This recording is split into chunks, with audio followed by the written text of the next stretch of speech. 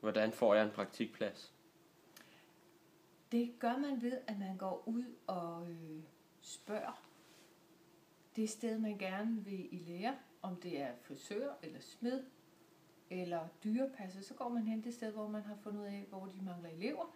Og så banker man simpelthen på og spørger, har I brug for en elev?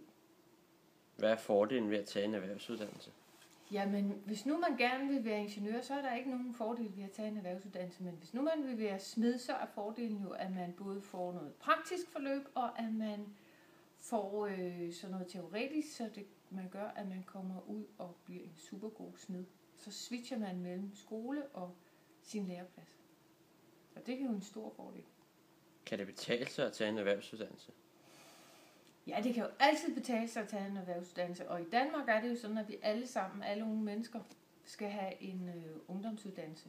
Så, og det kan det jo, fordi vi har et samfund, der skal køre. Alle skal kunne gå gratis til læger og tandlæge med videre. Så selvfølgelig kan det betale sig at tage en uddannelse.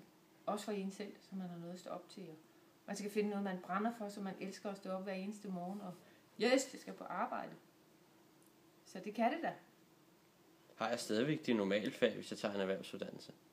Det kommer an på, hvad du tænker på som almindelige fag. Hvis du tænker på dansk og matematik. Ja, dansk, matematik, samfundsfag og... Ja, på ikke alle uddannelser har du samfundsfag, men du har dansk og matematik. Men det er en anden form, end det man er vant til.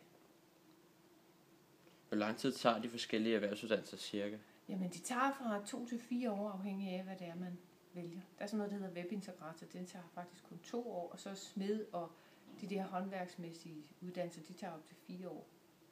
Koster det penge at tage en erhvervsuddannelse? Nej, det er ganske gratis at tage en erhvervsuddannelse. Alle uddannelser i Danmark, de er gratis.